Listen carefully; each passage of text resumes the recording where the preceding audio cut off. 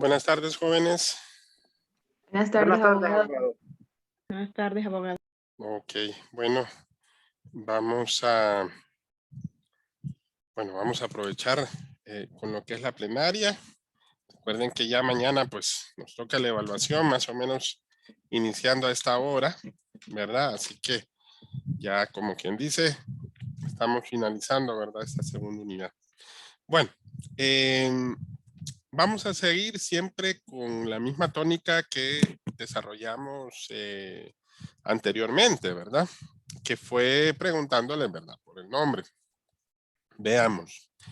Vamos a ver, permítame. Vamos a ver si, permítame, solo quiero hacer aquí un ajuste, ¿verdad? Permítame un momento.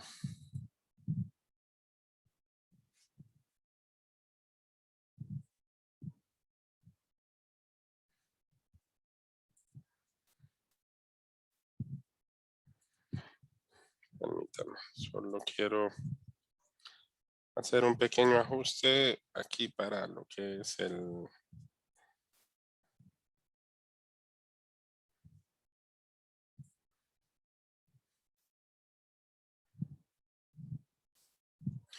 Bueno, no me logra visualizar, permítame. Ok, hoy sí.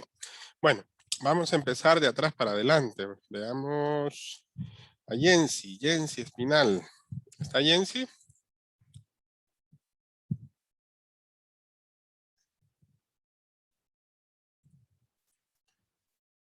Jensi, ¿me escucha?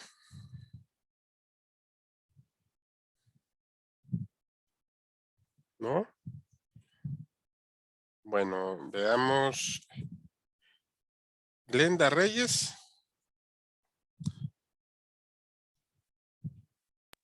Presente, abogado. Ok, Glenda. Bueno, yo sé que ya le había preguntado anteriormente, pero vamos a seguir desarrollando. Dentro del material de esta unidad estamos, después del planteamiento del problema, nos toca construir lo que es el marco teórico.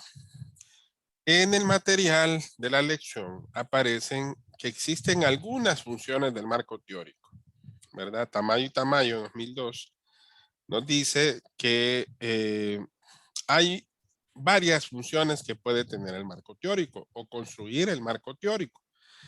A ver, con sus propias palabras, Glenda, ¿qué puede recordar de esa parte dentro de las funciones del marco teórico? Bueno, lo que yo recuerdo, lo principal, bueno, una de las principales son la revisión de literatura, la construcción del marco teórico. Bueno, con esas dos partes, una de las funciones que usted está mencionando es que compendia los conocimientos en el área que usted va a investigar. Sí. Al buscar esas referencias, al investigar con respecto al tema, lo que está haciendo es un compendio de todos aquellos conocimientos del área que usted está investigando. Esa es una de las principales funciones del marco teórico. Sí. A ver, ¿alguien más que le ayude? ¿Algún voluntario? Delimita el área de investigación. Ajá. ¿Cómo la delimita, Olvan? Que en él se contemple lo que estamos investigando. Ajá. En otras palabras, por eso se llama marco. Aunque valga la redundancia, ¿verdad? Marco teórico. O sea, lo que hacemos es establecer exactamente en qué área del conocimiento nos vamos a enfocar, ¿verdad? Así es. A ver, ¿alguien más que quiera expresar alguna otra función? También dice, abogado, que sirve como base para lo que es la descripción de lo que es el enunciado de todo el problema. Ok. ¿Ustedes qué tema escogieron, estimada, en cuanto al planteamiento del problema que escogieron? Lo que son las sedes. Ok, entonces ustedes cuando redactaron el enunciado, si ustedes se fijan, precisamente es lo que usted plantea, ¿verdad? ¿A qué ayuda con respecto al enunciado?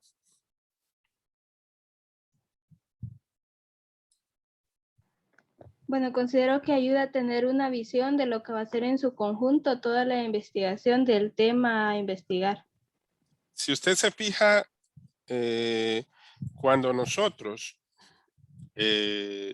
investigamos sobre el tema, nos da un contexto, nos describe cómo está el problema actualmente, nos da características, vemos los antecedentes, vemos lo que está pasando en la actualidad. Entonces, esa función es también muy importante dentro de lo que es el enfoque de construir también lo que es un marco teórico. Ajá, ¿alguien más? Abogado, no sé si estoy en lo correcto, pero recuerdo que una de las funciones del marco teórico es como aclarar los términos que no tenemos, no tenemos claro. También uno de ellos, si no me equivoco, es una orientación a la interpretación de los resultados. Así es. ¿Cómo le sirve para aclarar los términos? En cuanto, por ejemplo, al tema que ustedes están estudiando, ¿qué es lo que están estudiando como planteamiento del problema? Del planteamiento del problema. Bueno, nuestro planteamiento es las causas del aumento de los casos de violencia doméstica durante la pandemia. Ajá. Entonces, vaya, por ejemplo, hay ciertos aspectos dentro de lo que es ese tema que de repente le sirve para cuestionar y al mismo tiempo para precisar esos elementos o los contenidos. Como usted misma dice, aclara los diversos conceptos y las diferentes descripciones en cuanto a los contenidos del problema. Sí. Vaya, por ejemplo, de repente se le pudo haber venido una pregunta, tal vez, ¿por qué ha habido un aumento en cuanto a lo que son las denuncias de violencia doméstica? Prácticamente por los informes que han hecho las organizaciones que defienden los derechos de las mujeres, las noticias también, que a veces han entrevistado a psicólogos, trabajadoras sociales, y ellas como dan una estadística del aumento, digamos, de los años anteriores con relación al inicio de la pandemia. Entonces ve la facilidad, ve por qué tiene esa función tan específica de precisar y organizar todos los contenidos que describen el problema. O sea, abogado, que prácticamente este marco nos ayuda como a validar nuestra investigación, podríamos decir, ¿verdad? Sí, de cierta manera también nos cuestiona, nos dice por dónde vamos a ir. De repente tal vez ustedes, vaya, pasó con un grupo. Perdón. Bueno, pasó con un grupo de que tuvo que reformular el problema y tuvo que cambiar un poco el problema de investigación. ¿Por qué? Porque en un momento dado dentro de la investigación se dieron cuenta que por donde estaban yendo no era la guía por donde debían desarrollar la investigación. Entonces, por eso dice que también sirve para cuestionarse, ¿verdad? Para poder conducir una reformulación o incluso hasta un cambio del problema de investigación. Ok. Bueno, ahí también, bueno, las que propone Tamayo y Tamayo son un total de 7, ¿verdad? La última que no habíamos tocado, bueno, eran 2, sugiere guías de investigación. Recuerden de que no necesariamente ustedes van a estudiar lo mismo que los antecedentes que ustedes han buscado, sino que generalmente tienen que buscar una guía distinta o una alternativa en cuanto al enfoque para tratar el problema. Y por último, ustedes van a hacer, por si decir así, una serie de proposiciones teóricas en cuanto a los diferentes temas, marcos, postulados en cuanto a lo que es el problema.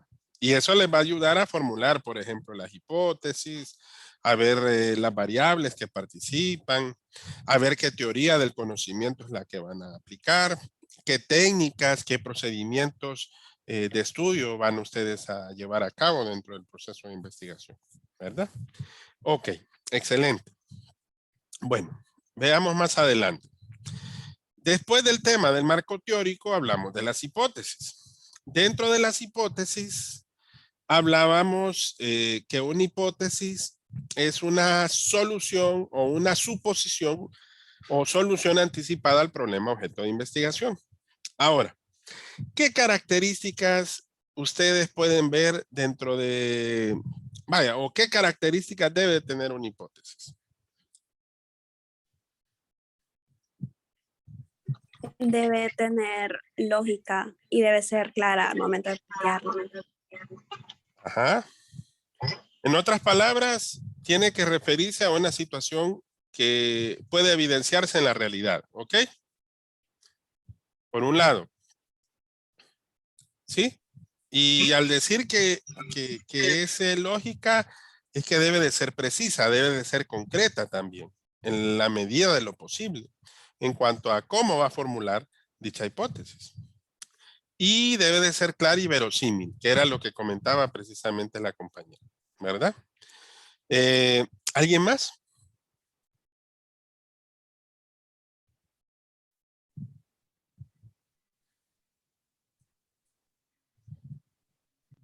A ver. Abogado, podríamos decir que una hipótesis es una proposición acerca de cuando comparamos dos variables.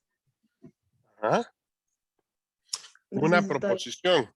Sí, sí, porque usted lo que hace, por ejemplo, es confrontar dos elementos, dos variables que nosotros decimos. De ahí viene la definición de variable. Veamos, ¿qué es una variable? Creo que ayer lo mencioné. A ver, alguien que me pueda apoyar ahí con esa definición. ¿Qué es una variable?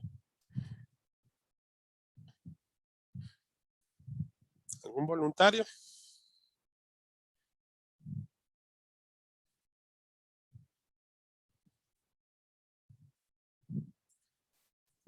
¿No? ¿Nosotros podemos ser variables? ¿Qué creen ustedes? Creo que sí. Sí, así es, Abby. Vaya, por ejemplo, cuando nosotros de repente queremos evaluar ciertas magnitudes,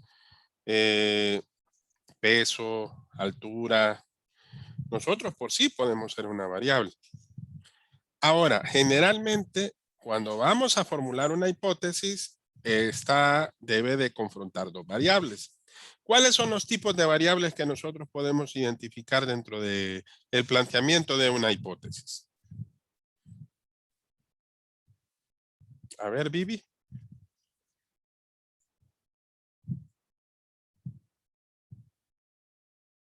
Dígame. ¿Qué tipos de variables podemos confrontar en la hipótesis?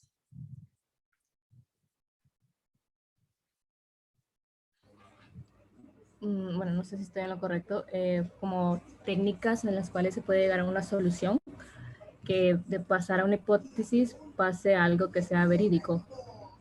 Ajá. Como pruebas. Es otra cosa. Son los tipos de variables.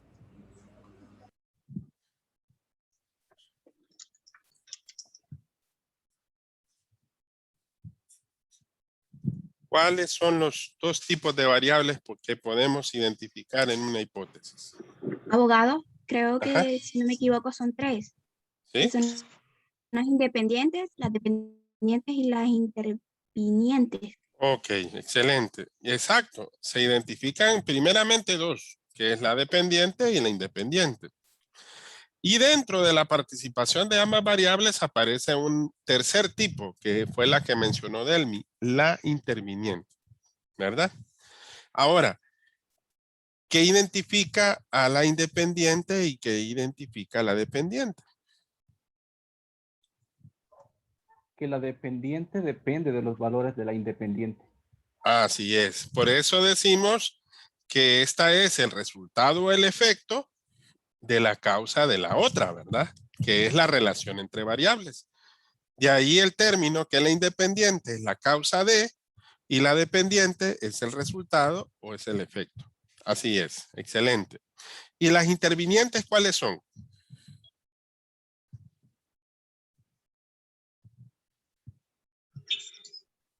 Son las que intervienen, abogado, en situaciones, por decir, el efectos o hechos del medio. Ajá. Así es. O sea, por la misma palabra que dice intervinientes, son las que puede decirse que intervienen en el proceso, en la investigación. Sí, intervienen en la relación precisamente de las dos variables anteriores, ¿verdad? O que están presentes, por ejemplo. Esta presencia puede ser de dos formas. Puede ser de manera positiva o puede ser de manera negativa. Esto entre la relación entre la independiente y la dependiente. Un tip, generalmente las que van dentro de los cuadros o van dentro de la presentación de los resultados son las intervinientes, perdón, son las independientes y las dependientes. Generalmente al lado izquierdo, ¿verdad? Las que nosotros presentamos o las que van en el cuadro principal o en el gráfico principal son las dependientes. Y el resultado, ¿verdad? Viene a ser, o el efecto producido, perdón, al revés, es la independiente, ¿verdad? Entonces, de esa manera podemos ver que en la relación entre ambas puede generarse o puede participar otras variables que también, se pueden identificar y que no necesariamente están dentro de los cuadros o dentro de los resultados, ¿verdad? Cuando vemos de esta manera es que por eso aparecen las llamadas variables intervinientes, ¿ok? Vaya, por ejemplo, ¿qué variables pueden ser intervinientes? Imagínense que de repente estemos hablando de la producción de un cultivo y que dentro de la producción de ese cultivo tenemos como variables lo que es la siembra del cultivo del maíz y el resultado o producto que se obtiene. El resultado o producto que se obtiene es medible, ¿ok? Esa es una variable. Este es la variable dependiente. Y por sí, lo que estamos precisamente midiendo es el siembro que nosotros, ¿verdad? Decimos que en este caso es el siembro de maíz, es la variable independiente. Ahora, ¿qué cosas intervienen dentro del medio ambiente que permiten que esa magnitud de crecimiento sea diferente? Por ejemplo, puede ser la lluvia, puede ser los nutrientes que tiene la tierra, puede ser el sol, ¿me entienden? Por eso se llama interviniente, porque de alguna manera afectan el medio de la relación entre la variable independiente y la dependiente y que pueden ser de manera positiva o puede ser de manera negativa. Bueno, ok. Vamos a ver. Otra pregunta. Veamos a quién no le he preguntado. A ver, ya participó Brian Velázquez. ¿Está Brian? ¿No? Hoy ya vemos bien poquitos, jóvenes. Hoy solamente estamos conectados 14. Hoy se nos pegó la cobija la mayoría y mañana es examen. A ver, Dilcia. ¿Está Dilcia? Sí, abogado. Ok. ¿Qué es un experimento, Dilcia? Bueno, un experimento es lo que se lleva a cabo para lo que es una comprobación de una hipótesis. Uh-huh. Por ejemplo, cuando usted realiza un experimento, ¿qué está haciendo?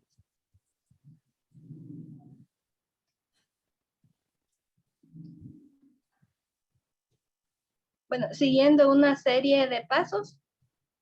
Ajá. Para llegar a lo que, bueno, para efectuar un resultado final. Ok.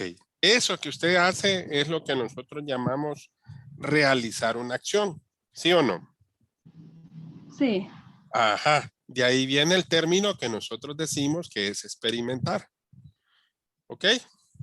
Por ejemplo, cuando hacemos una composición química, por decir así. O cuando de repente estamos en un laboratorio y combinamos algunas sustancias y obtenemos un determinado efecto. Observamos algo distinto. Ahora, esa reacción que nosotros obtenemos puede ser provocada. ¿Ok? Y ahí la esencia de lo que es un experimento. ¿Por qué? Porque ¿qué es lo que hay en un experimento de parte del investigador? A ver, alguien que me diga con sus propias palabras. ¿Qué es lo que usted hace? Vaya, imagínense, usted ve una acción social, pero usted solo lo observa. Ahí existe un experimento. No. O vengo yo y de repente participo y hago que de repente se relacionen esos dos sujetos. Ahí sí será parte de un experimento. ¿Qué es lo que hago yo dentro del mismo? Quizá observar y interesarse.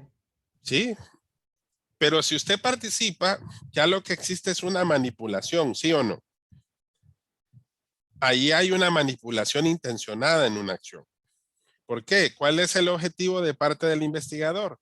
Obtener un posible resultado. Por eso de ahí el término de experimentación, ¿verdad? Porque ¿qué es lo que tratamos de hacer? Es manipular intencionalmente una o más variables independientes para analizar los efectos de una o más variables dependientes. ¿Ok? Lo que nosotros hacemos es una situación de control. Ahí es donde el investigador, de alguna forma, lo que nosotros pretendemos es analizar esos componentes y a partir de ahí ver cuáles son los posibles resultados, ¿verdad? De ahí ver cómo participa, cómo fluye, por decir así, ¿verdad? Lo que es ese determinado experimento. Ok. A ver, ¿qué tipos, vaya, a qué llamamos un diseño experimental? Pregunta de examen.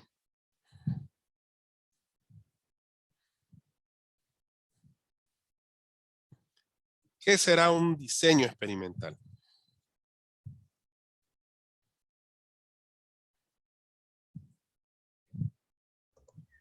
Creo que es referente a lo que acaba usted de decir, abogado, Ujú. que se intenta manipular variables independientes con el fin de ver qué resultado o qué efecto causan en las variables dependientes. Así es. Lo que usted dijo, eso era, Olman. Es un conjunto de procedimientos donde nosotros manipulamos eso que usted planteó. Esos son los diseños experimentales. Ahora, de acuerdo a Bernal, hay dos características que se miden en los diseños experimentales. Este tema sí es un poquito más complicado, porque esto ya va un poquito ya más allá de lo que nosotros queremos medir. Pero esas dos características son el grado de control que usted ejerce sobre las variables y segundo, el grado de aleatoriedad que usted asigna a los sujetos que participan dentro del grupo que usted investiga. ¿Ok? De ahí, de esas dos características, es que salen tres tipos de diseños. Algunos autores determinan hasta dos o tres tipos de diseños más. Pero fíjense que me llamó mucho lo de Bernal. Me llamó mucho la atención, mucho lo que planteaba Bernal, porque Bernal solamente lo diferenció en tres. Ahora, si ustedes se fijan en las definiciones de cada uno de los diseños, depende de esas dos características. Por ejemplo, en los diseños experimentales verdaderos, ¿cómo es la situación del grado de control que se ejerce sobre las variables? ¿Qué es lo que hace el investigador? ¿Existe qué grado de control en cuanto al manejo de variables? Un alto grado de control. Sí, un alto grado de control, exacto, ¿verdad? Porque ahí existe un diseño experimental verdadero. Si usted lo manipula y si usted tiene presente ese control, ese alto grado, entonces estamos llevando a cabo un diseño experimental verdadero. Ahora, ¿qué pasa con el grado de aleatoriedad?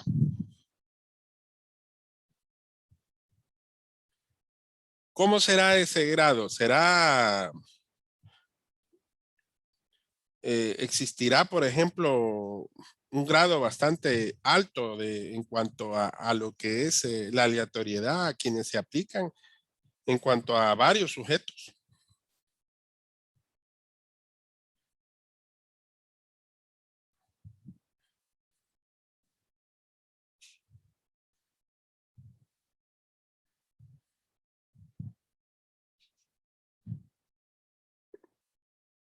Imagínense que tienen a 10 personas y vengo yo dentro de esas 10 personas, escojo 5. Dentro de esas 5, yo tengo un grado de control. ¿Ok? ¿Por qué? Porque de cierta manera, lo que a mí me interesa saber de ellos es lo que a mí me interesa. Ahora, yo hice una selección aleatoria entre esos 10 individuos de esos 5. Ahí existe un diseño experimental verdadero. ¿Por qué? Porque hay una manipulación intencional de las variables independientes para después obtener un resultado que son las llamadas variables dependientes, ¿verdad? Entonces, ahí existe un riguroso control sobre las variables objeto de medición y también sobre las variables que en algún momento vamos a obtener como resultado, ¿verdad? Porque recuerde que hasta el momento no sabemos cuál van a ser los resultados, ¿ok? Por eso se llaman diseños experimentales verdaderos. Pero el tema no está tan sencillo, por eso se los explico de esta forma, para que ustedes lo entiendan un poquito mejor. ¿Y cuáles son los otros dos? A ver, alguien que me explique los cuasi experimentales.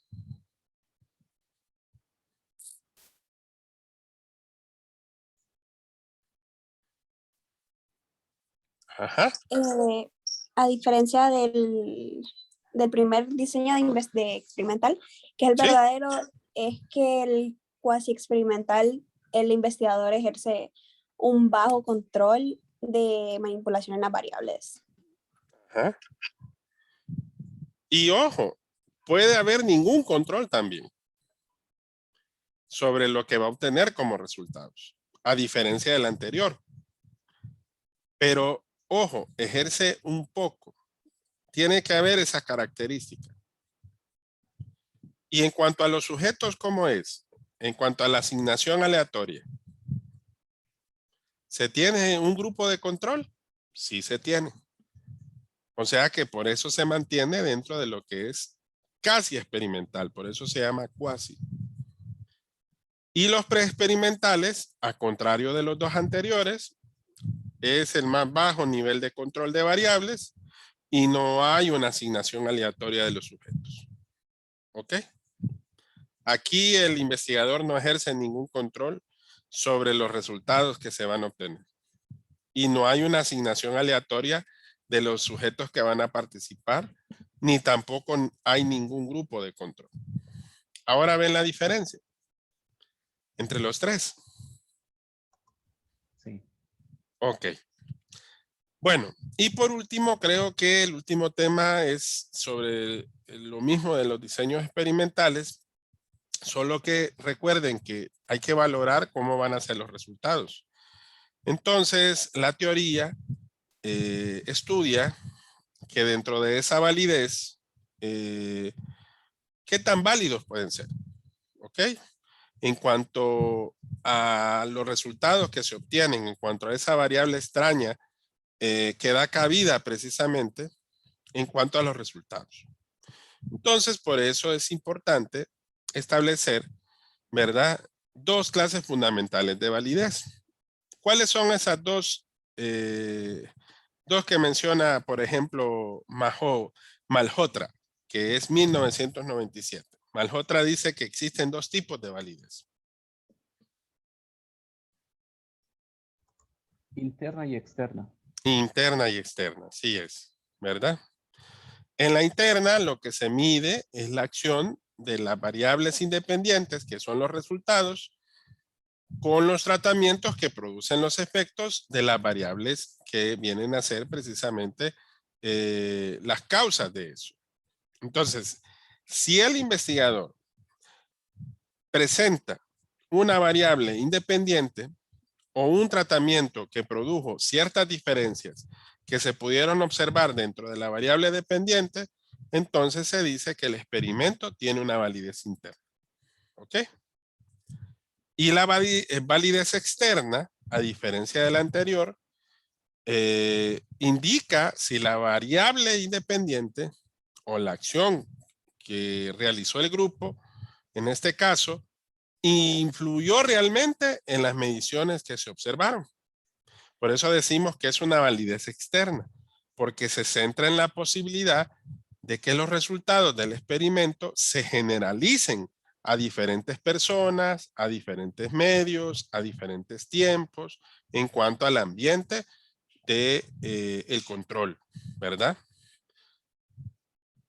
Bueno, estos son los temas, estimadísimos. Yo creo que de repente, pues en la plenaria tratamos de tocar la mayor parte de los temas, tanto en la lección como también en el PDF, ¿verdad? Y también dentro de lo que son las actividades. Así que no sé si tienen alguna otra duda con respecto al contenido o a las actividades. ¿Preguntas? ¿No? ¿Cuánto dejará abierto el examen, abogado? ¿Cómo dice Olman? ¿Cuánto dejará el examen para que podamos realizarlo? ¿Cuánto espacio? Ok, creo que aquí tengo, espérenme, creo que aquí tengo abierto el campus. Creo que lo abrí, permítanme. Estoy viendo ahorita. No, lo tengo cerrado. Aquí está, hoy sí. Voy a compartir para que ustedes miren. Aquí está, aquí está. El límite para realizar el examen es de 45 minutos. ¿Ok? Y al igual que el examen anterior, va a empezar a las 5 de la tarde y va a terminar a las 9 de la noche, ¿verdad? Ya después de las 9 de la noche, pues va a estar disponible la revisión del examen para que ustedes lo miren. Y tiene el mismo tipo de serie de preguntas que habíamos visto en la unidad número 1, ¿verdad? Recuerden que el valor es de 60%, ¿verdad? No se les vaya a olvidar. El 40% son las actividades, la actividad del foro que cuesta 10%, que si no más recuerdo, creo que el foro cierra hoy, ¿verdad? O mañana. Mañana creo que cierra, ¿verdad? Sí, mañana, abogado. Sí, creo que sí. Aquí tengo el foro. A ver, el foro, sí, mañana jueves, ¿ver? A las 23:59. Recuerden que de igual manera el trabajo hasta ahorita es hasta mañana.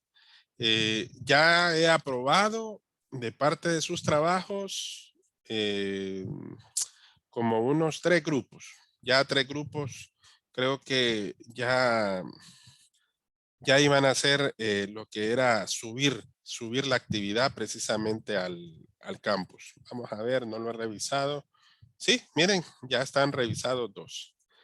Así que ya vamos avanzando. Vamos a ver cómo llegan el resto de los grupos para mañana. Cualquier cosa, cualquier duda, no dejen de especificármelo. Y de repente, pues, si tienen alguna dificultad o un problema, pues de igual manera ahí estamos al pendiente del WhatsApp, ¿verdad? Por cualquier cosa. Pues bueno, jóvenes, solamente y desearles éxitos mañana, ¿verdad? Que les vaya excelente, si Dios lo permite. Muchas gracias, abogado. Vaya, Gracias.